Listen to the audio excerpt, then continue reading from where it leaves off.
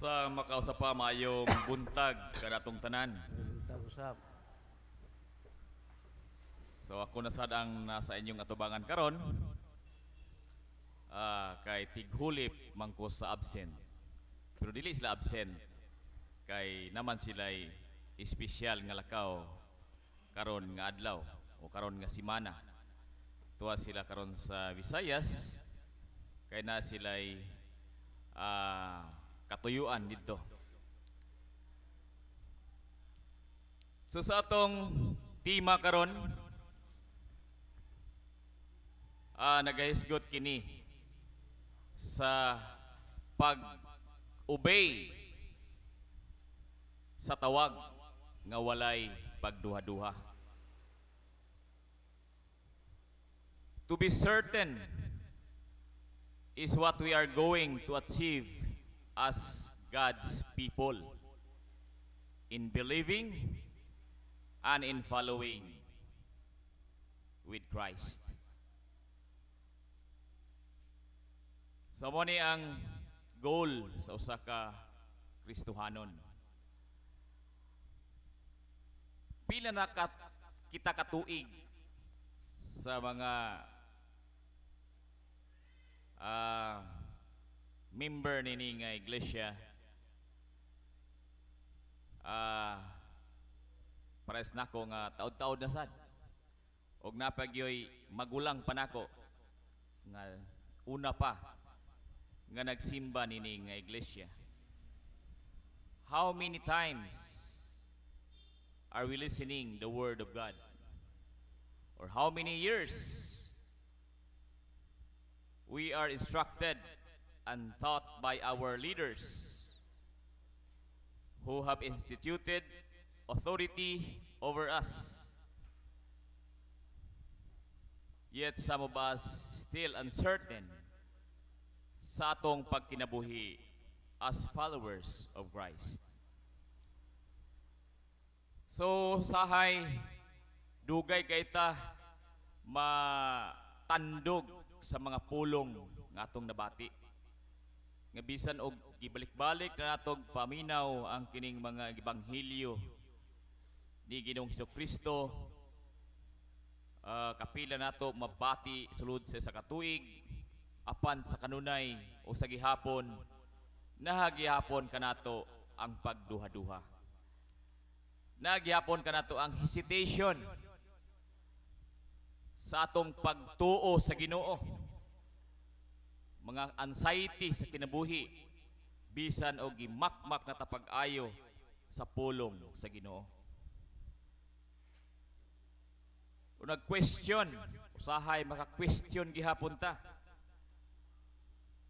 Nagyapoy pag-question sa otoridad diin atong gisubmitar o nagsubmita sa atong kaugalingon.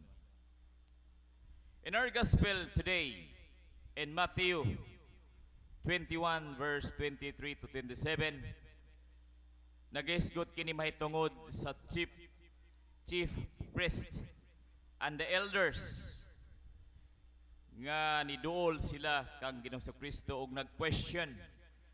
They said to him, "What right do you have to do these things?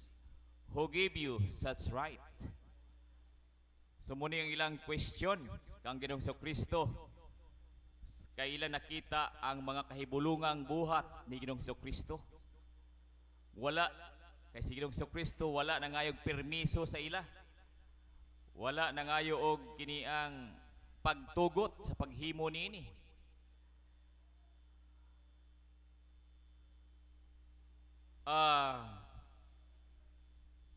Tingali natandog ang ilang garbo tungod kay or nagsilos baka sila kay dili sila makahimo sa gihimo ni Ginoong Kristo. Or ila baka kining gihimo kay ilang hunahuna nga labaw sila kahibalo kang Ginoong Kristo. Eksperto sila sa balaod nga gihatag ni Moises kanila. Sometimes diha sa atong pag-uswag sa kahibalo sa tao, Daghan ang gusto natong tugkaron. Daghan tag mga question or criticism. Labi na diha sa atong leader. Kana murag mo over na ta ba? Kana ang masubrahan ang atong ka-bright. Musubra pa sa kaybalo sa atong leader. Munang usahay muhatag-tag kritisismo. Kay dili sama sa wala patay na hibuluan ba? Kanang blanco pa ang atong kiniang ulo sa mga pagtulunan sa simbahan nga kanunay ta nga mo receive kanunay sa mga pulong, sa mga instruction, sa mga pagtulunan nga gikan sa simbahan. So walay pagtulunan nga atong gipili-pili, tanan atong gi-absorb kay nagtigom pamanta sa atong mga kiniang sa input ba ato pang gipuno ang atong hunahuna sa mga pagtulunan sa iglesia. Para sa bata nga kung unsay atong isulti, mutuman ang bata. Bisan tuod og kiniang sige og pangutana, pero mutuman. Dili magbugot-bot. Kay usa kay kinaiya sa bata mo ginaang pagka curious. Naay pagka-curiosity ang bata. Pero abli sa iyang dughan ang pagsunod niini. So muna kung mapuno na, mura daghan-daghan na tag nahibuluan. Makabalo na dayon ta. Mo ila nga sukwahi ang gihimo ni Brad. Sukwahi sa kabubuton sa Dios. Nakasala si Brad. Dili maayo ang gibuhat ni Brad. Or dili maayo ang gibuhat ni Bishop. Mao ni ang posible nga mahitabo kung kita daghan na kayo og natun-an og mudako na ang atong ulo tungod niini. Mao nga usahay moabot ang punto nga naipag-question o pag-criticize sa otoridad sa atong leader. And this is the danger zone kung moabot ta niini nga level.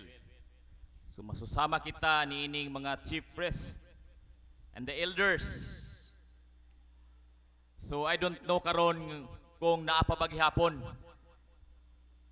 nga sama niining mga klase sa mga tao. Kaysa akong nahibawan murag ni kagyo na ning mga tao nga naay mga mentalidad nga sama niini.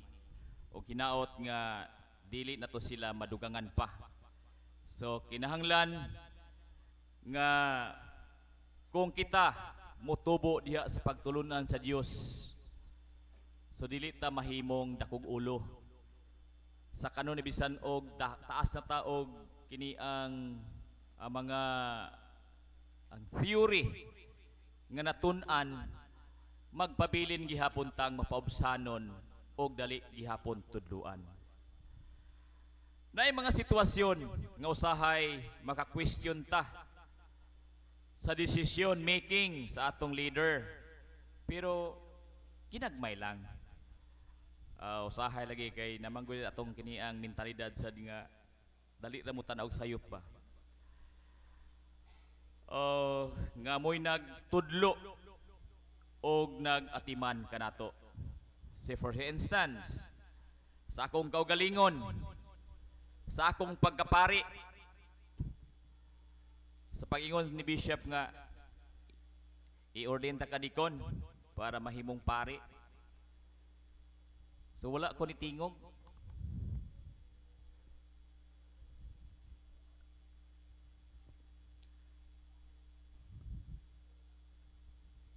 Ang nasa kong nahuna nga angayan baga ko mahimong pari. Nga questionably pa maning akong kahimtang karon. nga sa akong pagtan-aw sa akong kaugalingon dili pagyud angayan. Feeling nako nga gidatugan pako sa kalibutan. Sumuni akong basihan kung tinuod pagyud or gigiyahan ba ka nga atong obispo sa Ginoo nga iya kong i-ordain pagkapari. But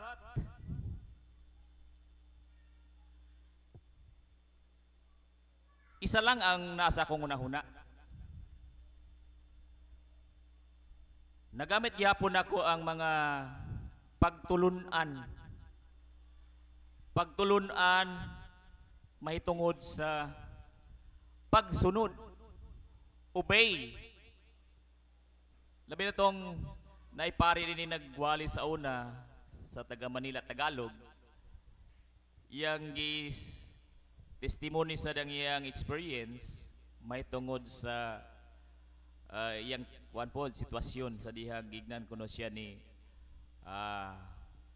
atong Archbishop sa una si Hines nga i-ordain pagkapare gikan siya sa pagkadikon ug mo gyapon nga murag dili siya takos, dili siya ngayan, pero siya ang giingon napoy nagingon niya nga obey lang, obey.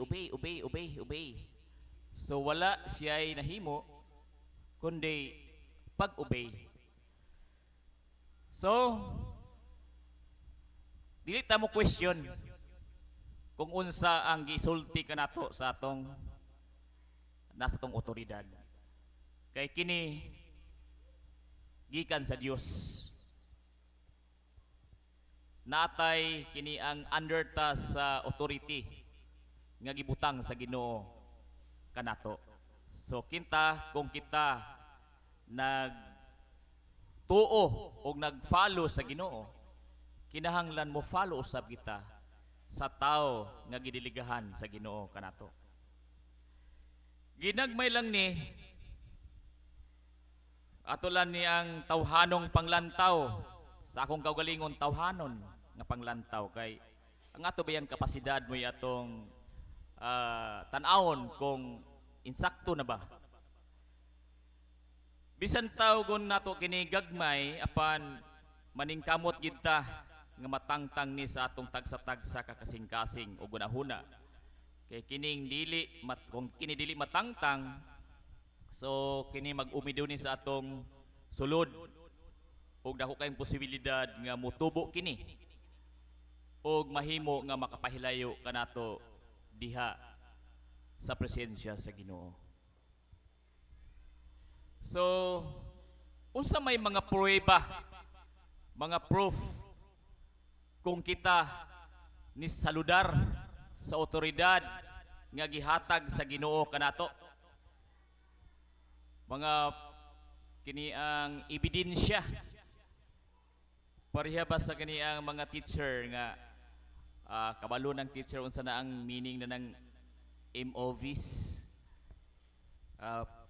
mode of verification sa ato usab nga mga kini ang audiasad sa kini ang korte. So na mga ebidensya o napagi mga testimony. So manang pag-prove nga tinuod gayud ang panghitabo. O sa mga teacher, tinuod yun nga ako ning mahinahimo nga objective diya sa akong classroom mo nang na mga MOVs. O diya kung ipapalit ka tinuod yun nga mao ning presyo tungod sa resibo. Mao na ang atong mga prove nga i-support nga tinuod ang atong gibuhat. So unsa man ang proof, kinahanglan gid ay Father nga naay pruweba nga kung atong pagsulti sa igo na. So kinahanglan gid nga tay pruweba kay dali lang bayatan ning muingon nga submit sa Ginoo. Our submission to the instituted authority that God has given us is something to do with our obedience to Him. So let's go back to our gospel in Matthew 21 verse 28 to 32. Okay, the parable of two sons. Kanang hisgot kini sa duha ka anak. In verse 31, nahibalo na ta sa gibasa man ni kagani ha. So nahibalo na ta sa unsay gibuhat samahan ngadto sa iyang mga anak. So ang isa giignan nga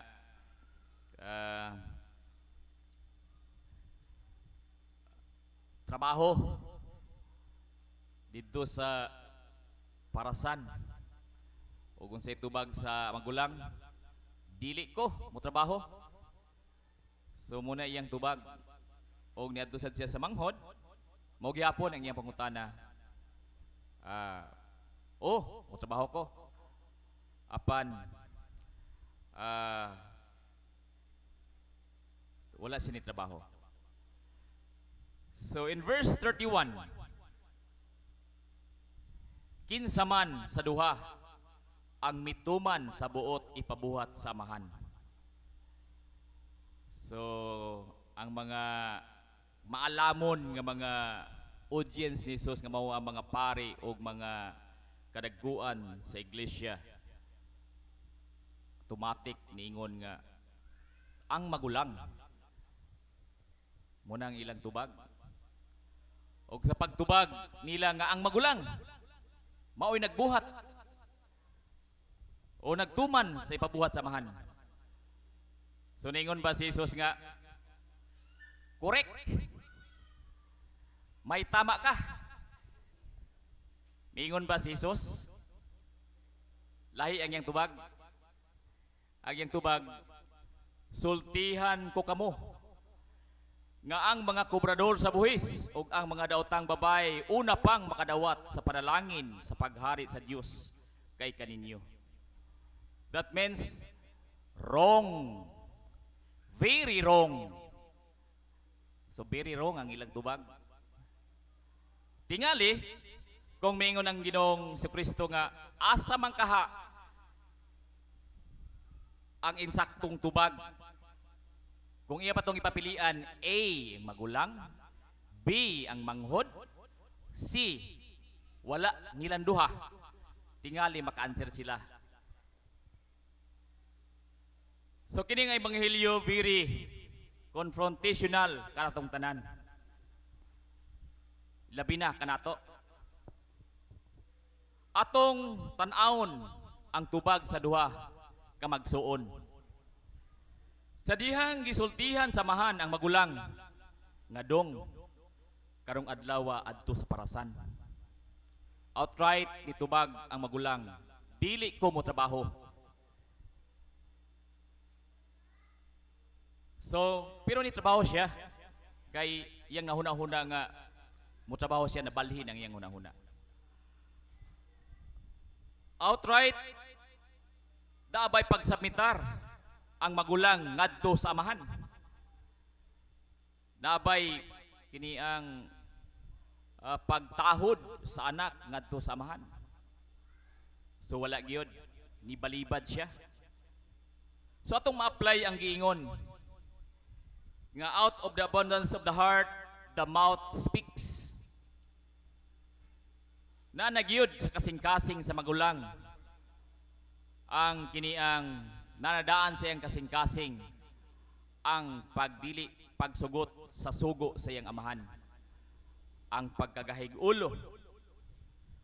So tingali wa ta kay balo sa ilang kinabuhi basin og nanimalos pod ni ang magulang basin gikasab-an niya naulawan mo sa mote iyang gihimo.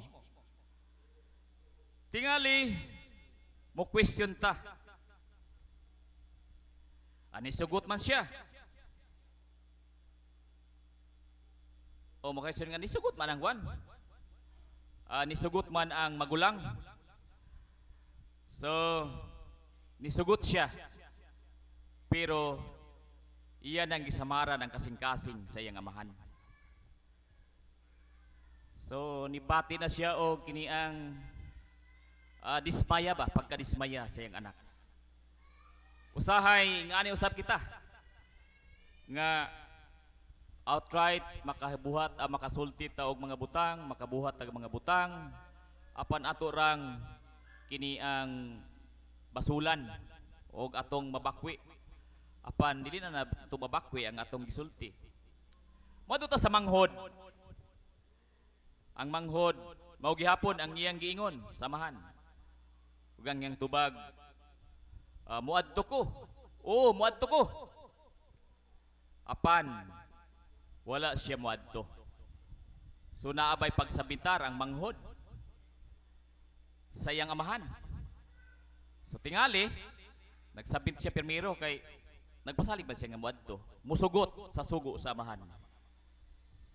Pero wala siya musugot, wala siya mutuman sa iyang giingon. So mas wala iyang giilad ang iyang amahan. So iyang pasaligan o gipakyas ang maong pasalig. So muni ang setting. Mao sab kini ang sitwasyon sa atong tagsa-tagsa ka kinabuhi. Sa kung ikaingon ko na kaganiha ang atong pagsaludar sa atong sa otoridad adunay dakong kahimuan diha sa atong pagsugot sa atong makagagahom nga Dios. Dinhi ta karon sa atong real setting sa atong kinabuhi. Dinhi sa atong iglesia, diha sa atong komunidad. Dili lang ta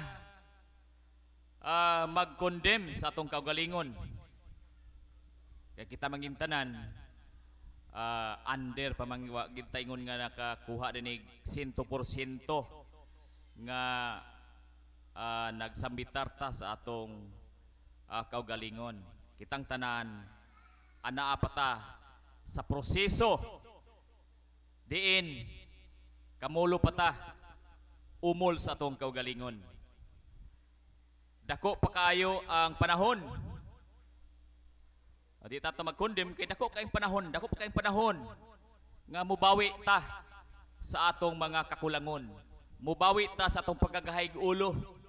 Mubawi ta sa atong mga pagpakyas diha sa otoridad nga gihatag kanato. Kay bisan ako nga nagpaambit karon sa pulong,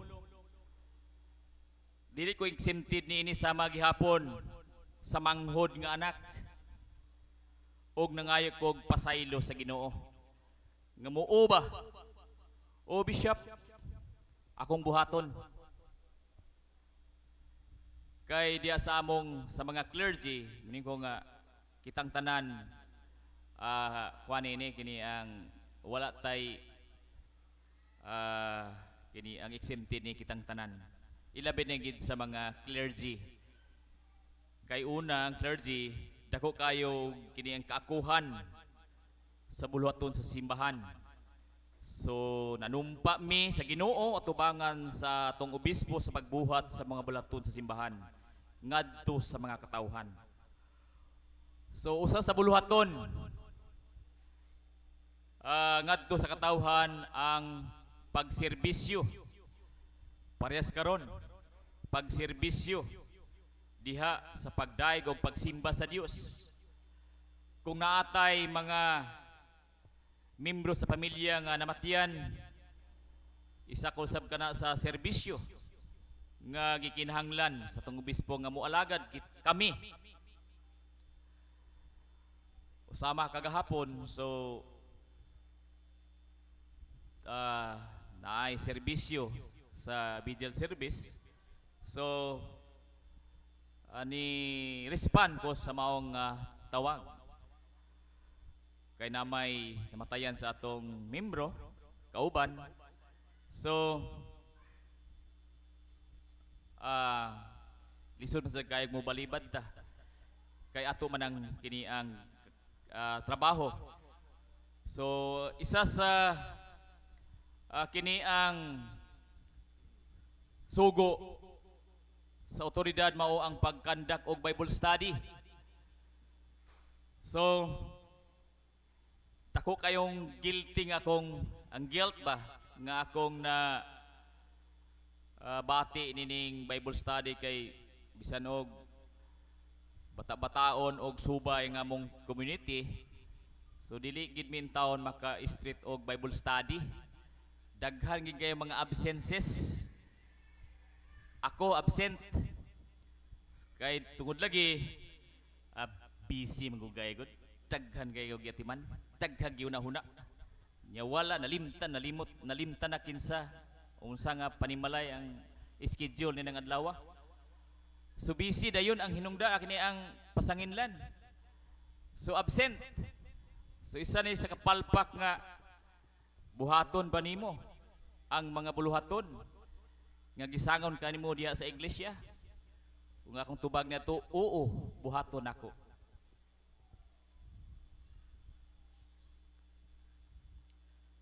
So nangayon ako pasaylo sa Ginoo og nangayo ko og tabang sa Ginoo nga malig-on ko nining akong weakness.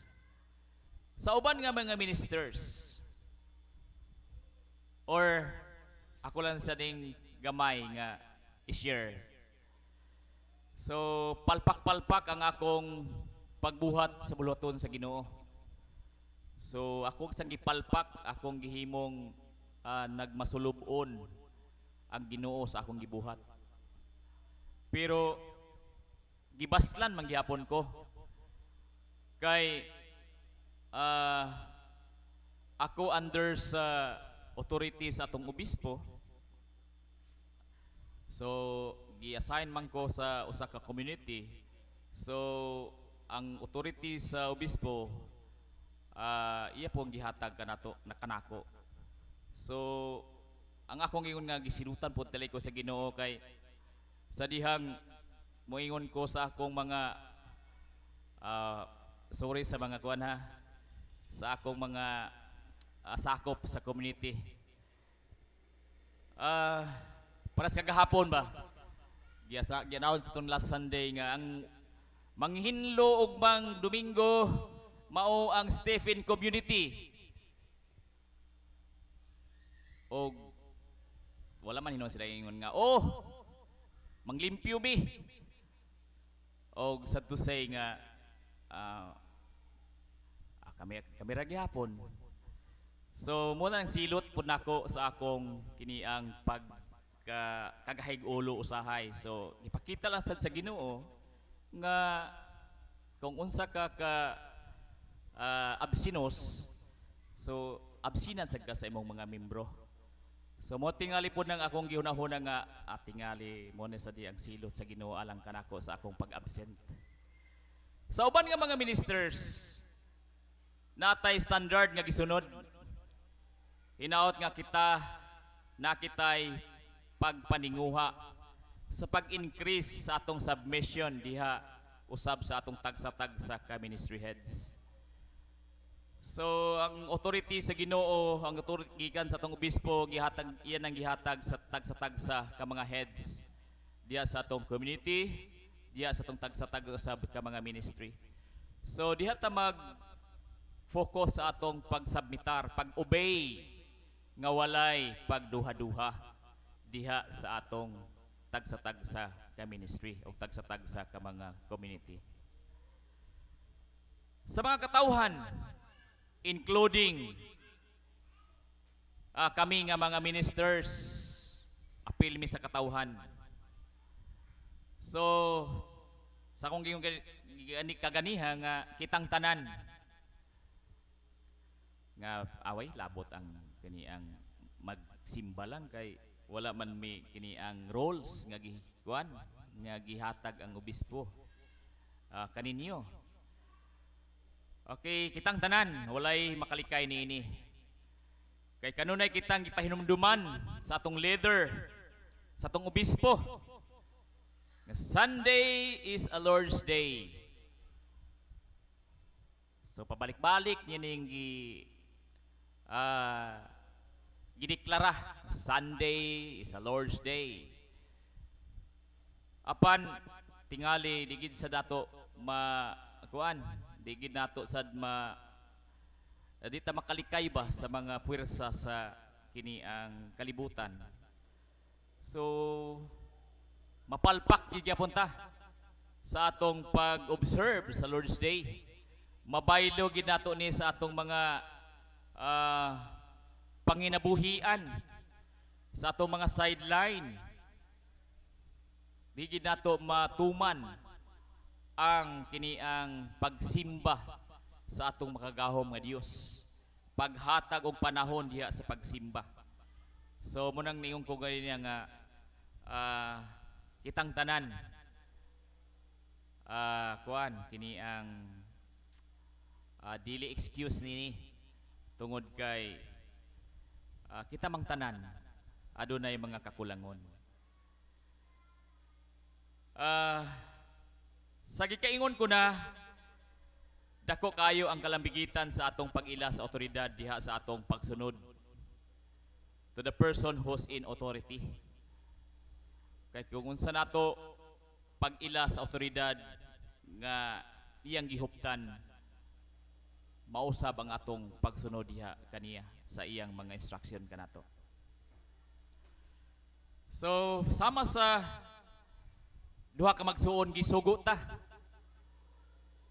Gisugo ta labi na sa mga clergy, gisugo ta sa pagwali sa mayong balita. Sama sa atong gikanta kaganina sa atong offertory song.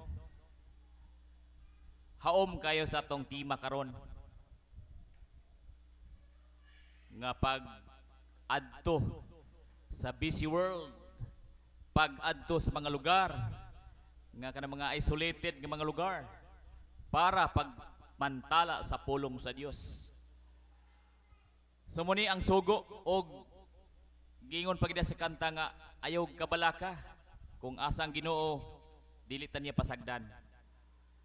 So muna ang sugo kanato dili sa mga clergy kung dili kita usab tanan kay mga sumusunod man ta ni Kristo ato pong imantala sa mga katawhan nga wala pa intawon makaila o wala pa intawon nakasinati sa gugma sa Dios diha sa ilang kinabuhi.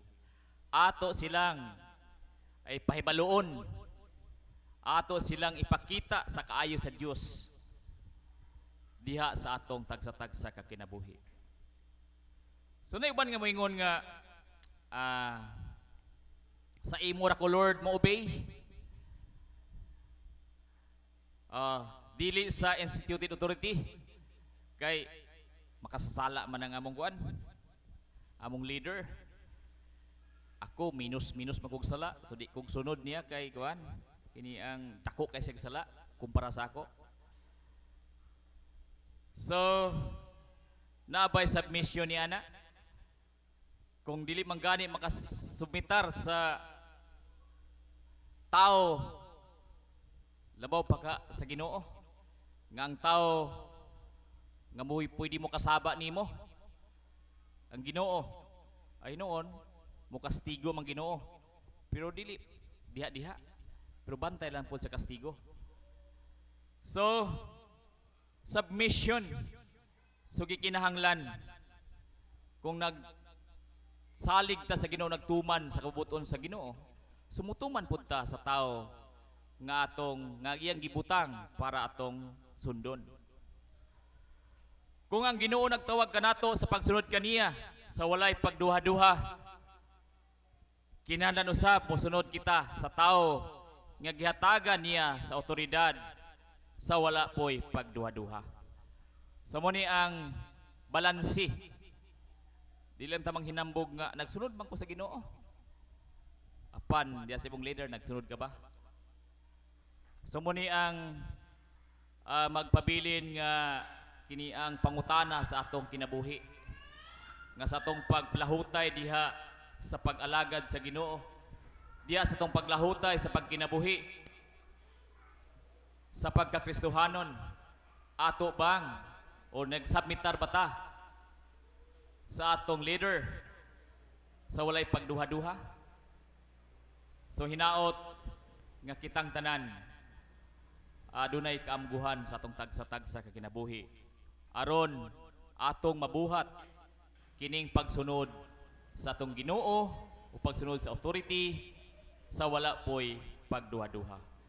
Mao na itong Ebanghelyo o gihangyo ang tanan sa pagpanindog.